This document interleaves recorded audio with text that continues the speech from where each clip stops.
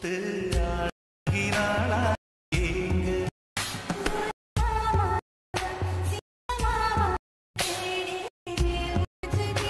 ப்ரிவியூவில் பார்த்த மாதிரியான ஒரு மாசான வீடியோவை ரொம்ப ஈஸியாக உங்களுடைய இமேஜஸை மட்டும் ஆட் பண்ணி எப்படி ரெடி பண்ணுறது அப்படின்றத இந்த வீடியோவில் பார்க்க போகிறோம். ஸோ இந்த வீடியோ எடிட் பண்ண நமக்கு தேவையானது ப்ரீசெட் மட்டும்தான். ஸோ அந்த ப்ரீசெட்டில் உங்களுக்கு எந்த ப்ராப்ளம் எதுவுமே இருக்காது. ஏன்னா அந்த ப்ரீசெட்டை நான் உங்களுக்கு டைரக்ட் லிங்காக தான் கொடுத்துருக்கேன். ஜஸ்ட் நீங்கள் அதை டச் பண்ணாலே போதும், ஆப்குள்ளே இன்புட் ஆகிடும். இப்போ நமக்கு அந்த இன்புட்டான ப்ராஜெக்ட் வந்து எங்கே இருக்குன்னா, இந்த ப்ராஜெக்ட் அப்படின்ற ஆப்ஷனுக்குள்ளே போனீங்கன்னா அதில் நான் கொடுத்த அந்த பீட் மார்க்ன்ற ப்ரீசெட் இருக்கும். அதை ஃபஸ்ட்டு ஜஸ்ட் டச் பண்ணி ஓப்பன் பண்ணிக்கோங்க.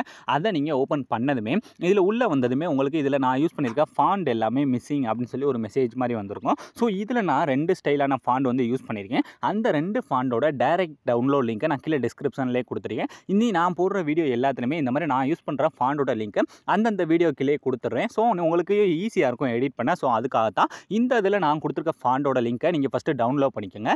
அந்த ஃபாண்டை எப்படி இதில் சேஞ்ச் பண்ணணும் அப்படின்னு தெரியாதவங்க நிறைய பேர் இருப்பீங்க.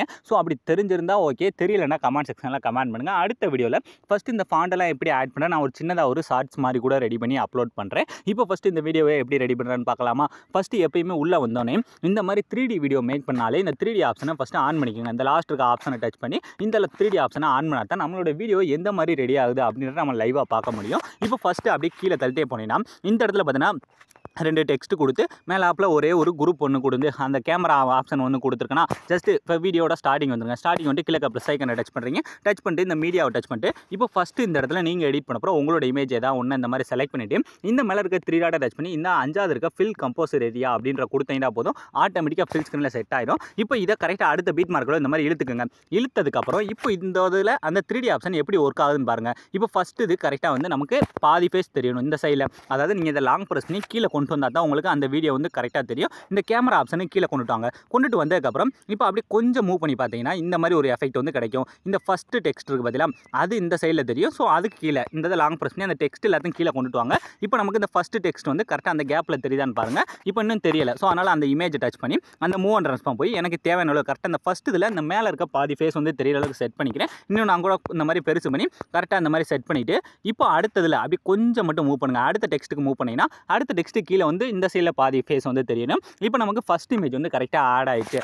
ஆட் ஆனதுக்கப்புறம் இதே மாதிரி அடுத்து 2வது இருக்க பீட் மார்க் போயிட்டு அதே மாதிரி கீழே இருக்க ப்ளஸ் ஐக்கானு அதே மாதிரி மீடியாவை டச் பண்ணிட்டு இப்போ 2வது இருக்குல்ல அந்த கேர்ளோட இமேஜ் ஏதாவது ஒன்று அந்த மாதிரி செலக்ட் பண்ணிவிட்டு இதையும் ஃபஸ்ட்டு கரெக்டாக அந்த பீட் மார்க் எந்த அளவுக்கு இருக்கோ ஸோ அந்தளவுக்கு இந்த மாதிரி கட் பண்ணிக்கோங்க.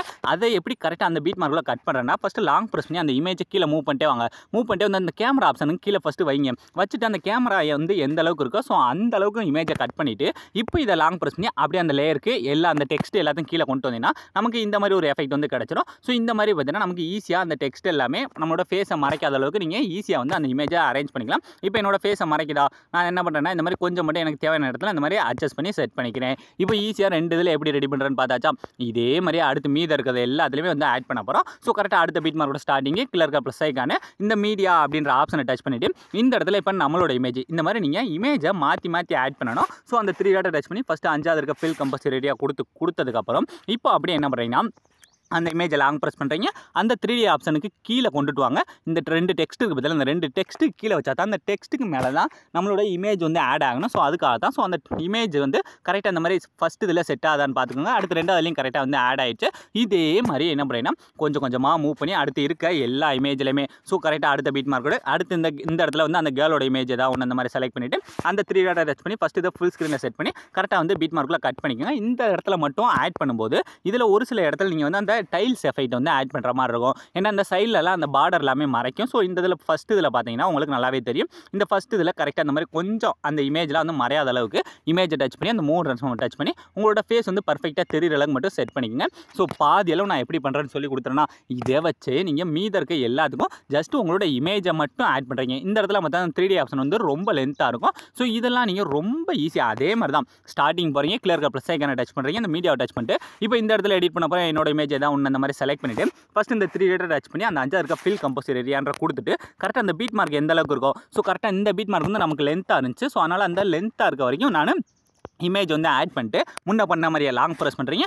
அந்த 2 டெக்ஸ்ட்டு எல்லாத்துக்குமே கீழே கொண்டு வந்து இந்த மாதிரி செட் பண்ணிவிட்டு கொஞ்சம் கொஞ்சமாக மூவ் பண்ணி பாருங்கள். நம்மளோட ஃபேஸ் எதுவும் மறைக்காத அளவுக்கு இருக்காண்டு. ஸோ பர்ஃபெக்டாக பார்த்தீங்கன்னா நமக்கு மறைக்காத அளவு இருக்குது. இந்த ஒரு சில இடத்துல இந்த மாதிரி இமேஜ் வந்து நமக்கு ஃபேஸே தெரியாமல் இருந்தால் அதை இன்னும் கொஞ்சம் கூட மூவ் பண்ணி வச்சுட்டு இப்போ அதுக்கு முன்னாடி வாங்க. முன்னாடி வந்து கொஞ்சம் கொஞ்சமாக நீங்கள் மூவ் பண்ணி பார்த்து கரெக்டாக அந்த வீடியோ அரேஞ்ச் பண்ணால் தான் உங்களுக்கு பர்ஃபெக்டாக வந்து அரேஞ்ச் ஆகும். ஸோ இப்போ எல்லாமே பர்ஃபெக்டாக இருக்குது. ஸோ அவ்வளோ ஃப்ரெண்ட்ஸ், ஈஸியான ஸ்டெப்பில் எல்லாத்தையுமே எப்படி பண்ணுறேன் நான் ஈஸியாகவே சொல்லி கொடுத்துட்டேன். ஸோ இதில் இன்னும் உங்களுக்கு ஏதாவது டவுட்ஸ் இருந்தால் மறக்காமல் கமெண்ட் செக்ஷனில் கமெண்ட் பண்ணுங்கள். ஸோ தேங்க்ஸ் ஃபார் வாட்சிங்.